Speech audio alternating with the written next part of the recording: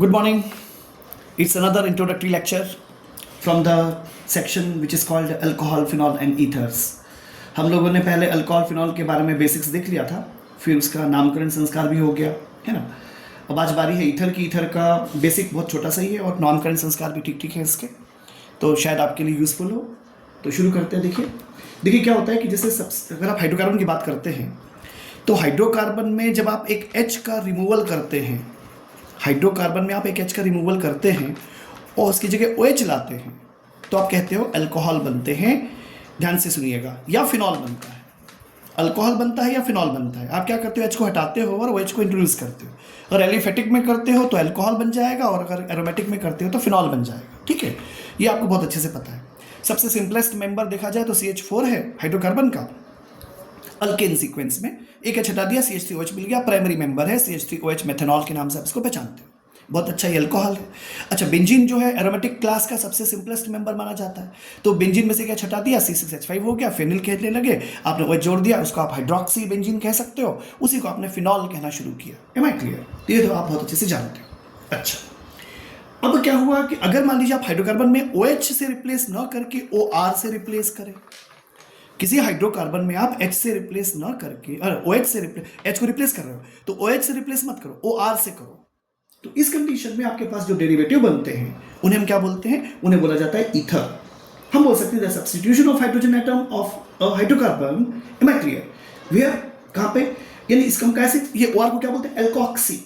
इसे क्या बोलते हैं, एल्कोक्सी। अच्छा, मान लो ये तो एल्कोक्सी है, मान लो मैं OAR के लिए कह दूं तो इसे हम क्या बोलते हैं, इसे बोलते हैं एरोक्सी। ARYOXY। थोड़ा कम प्रचलन में है लेकिन होता है, ये तो बहुत बोला जाता है। इसे बोलते हैं एल्कोक्सी, इसे बोलते हैं एल्कोक्सी। तो अगर आप क्या करें, हाइड्रोजन रिमूवल करें एल्कोक्सी से या फिर एरोक्सी से, एल्कोक्सी से या एरोक्सी से, तो हमको जो मिलता है उस कंपाउंड को हम क्या बोलते हैं, उसे हम ईथर बोलते हैं, जिसकी शक्ल और सूरत आमतौर पर ऐसी होती है, ऐसी भी हो सकती है, AROR टाइप की हो सकती है, कि इसकी शक्ल सूरत ऐसी होती है। इस ऑक्सीजन को हम इथेरियल ऑक्सीजन कहते हैं। ये ऑक्सीजन इस ऑक्सीजन से थोड़ी अलग होती है। Am I clear? क्योंकि इसमें 2 सिंगल बॉन्ड होते हैं, ना कि एक डबल बॉन्ड। क्योंकि 2 सिंगल बॉन्ड है मतलब 2 सिग्मा बॉन्ड है, और एक डबल बॉन्ड है मतलब 1 सिग्मा और 1 पाई है, तो फर्क पड़ता है बॉस। ये सिंपल सी कहानी है। अब आप और बहुत सिंपल वे में बोलो, जैसे मतलब आपने कहा कि आपके पास कोई अल्केन है RH, आपने क्या किया, जैसे पहले भी करते आए हो, H की छुट्टी कर दी आपने और आपने OR को जगह दे दी। ऑब्वियसली अब आपके पास क्या बन गया, ROR बन गया। इसे आप क्या बोलते हो, ईथर कहते हो। सपोज तुम्हारे पास कोई एरोमेटिक था ARH नाम का, तुमने इसमें से H की छुट्टी कर दी, OR को ऐड कर दिया, H की छुट्टी हो गई, तो नेचुरली तुमने क्या कहा, AROR, ये क्या बन गया, ईथर बन गया। ठीक है ना, ये सिंपल सी कहानी। लेकिन पता है, कोई ये भी तो सोच सकता है कि यार ये सच है एकदम से कि हाइड्रोकार्बन में से तुमने क्या किया, H हटा दिया और OH जोड़ दिया, OH जैसे जोड़ते हो तो अल्कोहल बन जाता है ना, और या फिनॉल बन जाता है, और OR जोड़ दिया तुमने तो ईथर बन गया। ठीक है, पर वो ये भी तो सोच सकता है, कैसे, कि मान लो तुम्हारे पास अल्कोहल था और इस बार तुमने क्या किया, H की छुट्टी कर दी। समझना मेरी बात को, OH की छुट्टी करके OR नहीं जोड़ा, इस बार तुमने H की छुट्टी करके R जोड़ दिया, H की छुट्टी करके R जोड़ दिया। तो इसका मतलब ये भी तो हुआ कि आपने क्या किया, ये ऐसी क्लास ऑफ कंपाउंड है which is obtained by the substituting the hydrogen atom from an alcohol और फिनॉल बाय एन अल्काइल या aryl group. Am I clear? यही तो किया आपने यहाँ से हटा दिया इस H को, यहाँ पे R जोड़ दिया तो आपको मिल गया ROR मिल गया। तो ऐसा भी बोला जा सकता है। यानी ईथर जो होते हैं वो हाइड्रोकार्बन के एल्कोक्सी या एरोक्सी डेरिवेटिव होते हैं। Am I clear? जो हाइड्रोकार्बन है उसके एल्कोक्सी या एरोक्सी डेरिवेटिव होते हैं, लेकिन अल्कोहल या फिनॉल के, डेफिनेटली अल्कोहल आपके पास अवेलेबल हो या फिनॉल आपके पास अवेलेबल हो, आप उसमें से H हटा देते हो और R जोड़ देते हो, तो डेफिनेटली आपने इसका क्या कर रखा है, आपने अल्काइल या अराइल ग्रुप को इंट्रोड्यूस कर दिया है। आपने केवल अराइल या अल्काइल ग्रुप को इंट्रोड्यूस किया है। यहाँ पे आपको एल्कोक्सी और एरोक्सी बोलना पड़ा, यहाँ पे आपको सिर्फ AR बोलना पड़ेगा अराइल के लिए या R बोलना पड़ेगा अल्काइल के लिए। सिंपल सी कहानी, ये भी पॉसिबिलिटी बनती है। ठीक है, अब हम इसकी बात करें तो क्लासिफिकेशन, सिंपल सी कहानी होती है साहब इसकी। तो क्लासिफिकेशन में अब आप क्या कहोगे, आपके पास जो ईथर होते हैं उसके लिए आपके पास पता है सिमेट्रिकल ईथर को बोला जाता है। जैसे ROR की जिनकी शक्ल होती है उसे बोला जाता है सिमेट्रिकल ईथर या सिंपल ईथर। ठीक है, जैसे कि आप कहते हो CH3OCH3, नाम क्या है, डाई मिथाइल ईथर, सपोज ऐसा हो CH3CH2 फिर O CH2CH3 क्या कहिएगा, diethyl ether. Am I clear? Suppose ऐसा हो C6H5O C6H5 क्या बोलिएगा, डाई फेनिल ईथर या फिनाइल जैसा बोलना, C6H5O C6H5। शक्ल तो इसकी वही AR की है ना, तो ये कहानी कहलाएगी डाइफिनाइल। M I clear? इसको क्या बोलते हैं, सिंपल ईथर, इसे बोलते हैं सिंपल ईथर। ठीक है, चलिए अगर हम कर लेते हैं ऐसा कि ROR में एक R को चेंज कर देते हैं, नहीं चाहिए सिमेट्रिसिटी, तब आपके पास क्या अवेलेबिलिटी होती है, देखिए ध्यान से। सपोज आपने कहा CH3O CH2 CH3, तो क्या बोलेंगे, इथाइल मिथाइल ईथर, ई पहले आता है ना, ethyl methyl ether, ethyl methyl ether. चलो ऐसा होता तो C6H5O CH3 क्या बोलेंगे, मिथाइल फिनाइल ईथर, क्या बोलेंगे, methyl phenyl ether. Am I clear? या फिनिल ईथर। चलिए एक एग्जांपल और, C6H5O CH2 C6H5, अब क्या कहिएगा, इसे बोलेंगे बेंजाइल फिनाइल ईथर। क्या बोलेंगे, benzyl phenyl ether, benzyl phenyl ether, benzyl phenyl ether. Am I clear? तो ये दिमाग में रखिएगा। तो इस तरह से हम इसको क्लासिफाई करते हैं, सिमेट्रिकल एंड नॉन सिमेट्रिकल में, सिंपल या फिर ऑफकोर्स मिक्स्ड में। सिंपल के अलावा उसे बोला जाता, सिंपल नहीं है तो फिर मिक्स्ड कहलाता है। ठीक है, अच्छा अगर हम देखें तो हम एलिफेटिक और एरोमेटिक में भी इसको क्लासिफाई कर सकते हैं। कैसे?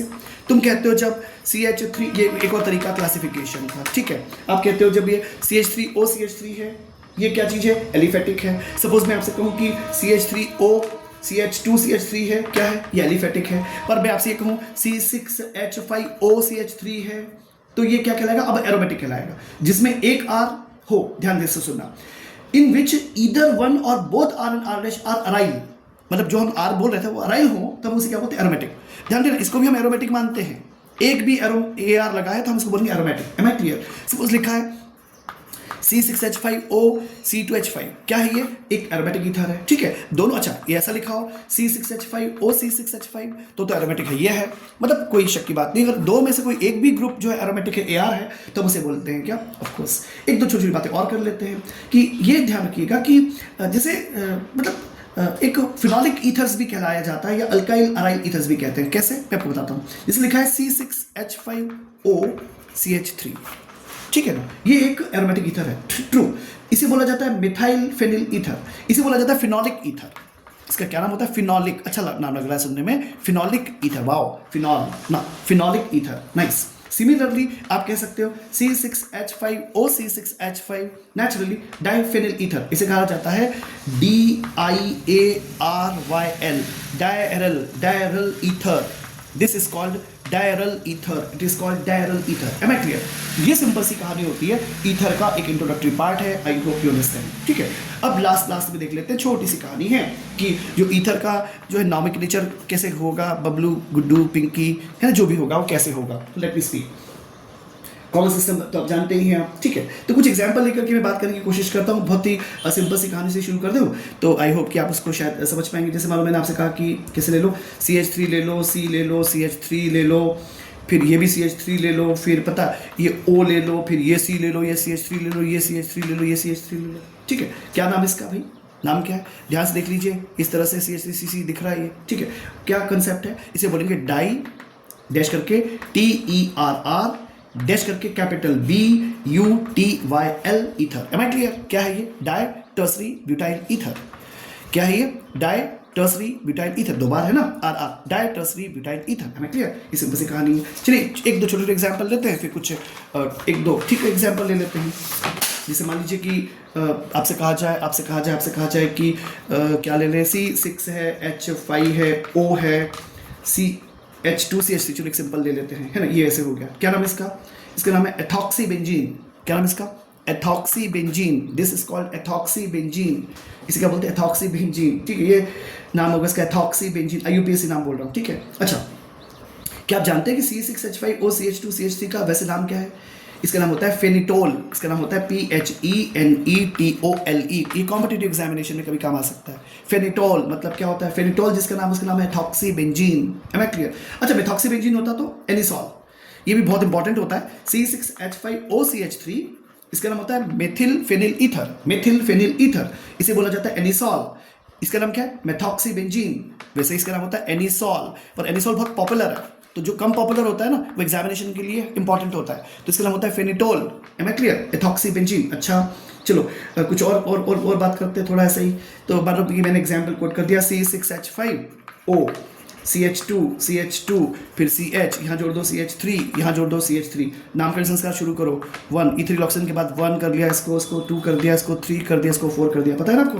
तो आइसोपेंटाइल फिनाइल ईथर, क्या चीज़ है ये? आइसोपेंटाइल, समझ में आया आपको क्या चीज़ है ये? आइसोपेंटाइल, 1 2 3 4 5, आइसोपेंटाइल फिनाइल ईथर, नाम क्या इसका? आइसोपेंटाइल फिनाइल, एफ लिख दूं, पीएच लिख दूं, पीएच ईथर। तो ये हो गया आइसोपेंटाइल फिनाइल ईथर। ओके, वैसे इसका आईयूपीएसी नाम क्या होगा? इसका नाम होगा 3 पोजीशन 1 2 3 पे मिथाइल है और 1 पे ब्यूटॉक्सी, तो ये हो गया 4, 1 2 3 4, ठीक है 4, इसका नाम हो जाएगा। देखिए आईयूपीएसी नाम को ध्यान से देखिए, होगा 3 METHYL मिथाइल 1 ब्यूटॉक्सी और किसका डेरिवेटिव? बेंजीन का, तो बेंजीन, बी छोटा, इन चीज़ों को ध्यान रखें। तो ऐसा है एम कैपिटल बाकी बी छोटा, ठीक है। 3 methyl 1 butoxy benzene, I hope you understand, ठीक है। अच्छा चलो कुछ और थोड़ा सा चेंज करते हैं, एक दो अच्छे बुरे नाम लेते हैं, ठीक है। एक दो अच्छे ले लूँ, जैसे मानो मैंने कहा आपसे कि कुछ भी Cl, CH2, CH2 और यहाँ पे जोड़ दो एपॉक्सी, मतलब इस तरह से जोड़ दो इसको, ठीक है। अब समझने की कोशिश करो, क्या पहचानते हैं आप इसको? क्या समझाते हैं? इसे समझ में आया आपको? क्या लिखा हुआ है? Cl लगा हुआ है यहाँ पे, क्या नाम इसका? इपीक्लोरोहाइड्रीन। ये क्या चीज़ होती है पता है आपको? इसे बोलते हैं EPICHLOROHYDRIN, इपीक्लोरोहाइड्रीन। इसका नाम क्या है? उसका नाम तो बहुत सिंपल है, 3 क्लोरो 1 2 1 2 3, 3 क्लोरो 1 2 एपॉक्सी प्रोपेन। क्या नाम इसका? आईयूपीएसी 3 क्लोरो, सी कैपिटल ना, CHLORO, फिर डैश करके 1,2, फिर डैश करके इपॉक्सी, फिर प्रोपेन का भी छोटा, ठीक है। ये सिंपल सी कहानी इसकी, ये अच्छा था नाम एक छोटा सा, ठीक है। एक दो और टेढ़े मेढ़े ले लेते हैं, बस फिर खत्म करते कथा को। मान लो मैंने बना दी बेंजीन की रिंग, फिर इसको बेंजीन नहीं बनाया क्योंकि डबल बॉन्ड नहीं लगाया, यहाँ जोड़ दिया CH3, यहाँ जोड़ दिया CH3, यहाँ जोड़ दिया OCH3, नहीं OCH3 जोड़ दो, ठीक है। CH3 CH2H2 CH3 जोड़ दो, ये लो। सोचो इसका नाम क्या होगा? सोचो इसका नाम क्या होगा? 1 पोजीशन पे ये है ना, ये हो गया 1 पोजीशन, ये हो गई 2 पोजीशन, ठीक है। तो लिखो मैं इसको बोलते हैं 2 कैपिटल ETHOXY, 2 एथॉक्सी, ठीक है। 2 एथॉक्सी हो गया। फिर क्या हुआ? फिर हो गया है डैश करके 1,1 डाईमिथाइल साइक्लोहेक्सेन, डाईमिथाइल, चलो ना यार, डाईमिथाइल, फिर क्या? साइक्लोहेक्सेन। Am I clear? ये था 2, मतलब देखने में किसी डरावना दिख रहा है ना, पर एक्चुअली क्या है? 2 ethoxy 1,1 dimethyl cyclohexane. Am I clear? ये सिंपल से इसका कंसेप्ट होता है जो आप नॉमिनेचर में शामिल कर सकते हो।